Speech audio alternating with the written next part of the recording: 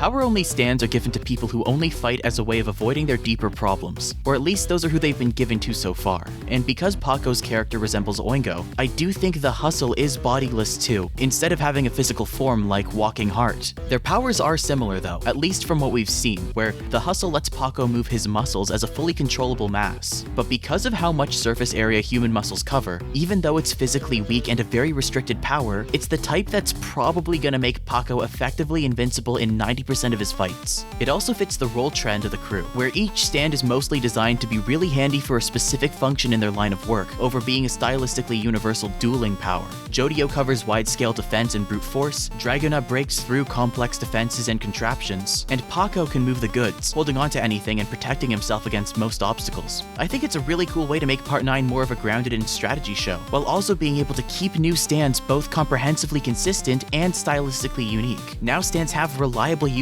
in their daily activities, but still with room for new ways of interpreting their powers and stand user behavioral trends instead of identical body shapes. Normally though, stands have a humanish form and a power or two that can be used through it, where the body takes after the user's spirit strength, or how committed and intense they are when fighting through bad situations, and the powers take after the user's fighting approach, or how they apply their spirit to get things done. If somebody has no stand body, then it might mean they're being penalized for not having the spiritual drive to solve their problems. But in order to be a stand user, they have to be good at problem solving. So bodiless stands are given to people who can solve problems, but only when they're avoiding a deeper issue they can't face. The best example is Ungolo, who solved his problem of wanting to avoid his actual problems by doing drugs. We also have Oingo, whose backstory is a mystery, but considering he has a younger brother, takes care of them on his own, and feels hostile toward the outside world, he's strongly hinted to have trauma from his upbringing. Instead of getting a reliable job for them using his skills or superpowers, he seems to prefer scraping by on impulsive and violent actions, like he's frustrated, trying to ignore an internal scar that he can't bring himself to resolve. And with Mikitaka from Part 4, it doesn't matter if he was an alien and trying to hide from all traces of his civilization, or if he was a human and took after a negative student trope like the other Part 4 high schooler enemies, because he would definitely fit the type of student that adopts weird obsessions and behaviors to anchor themselves. Limp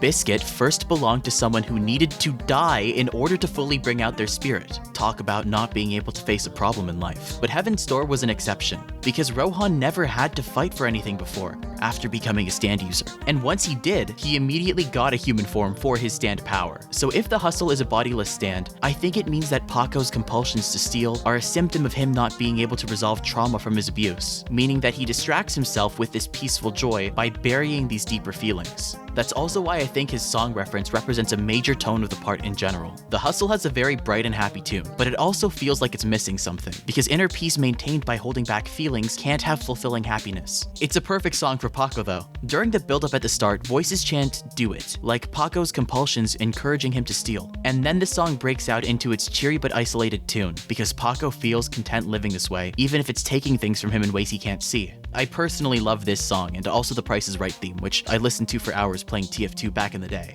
It's possible that Paco does change and develop a stand body throughout the part, but I think the casual use of his stand and confidence that he has already mean he won't have that kind of journey in the story. I just can't imagine it's likely Jojolands would spend so much time helping this side character attain inner peace, but the initial cast are really likable, so I hope we see him a lot and he doesn't die in the first arc.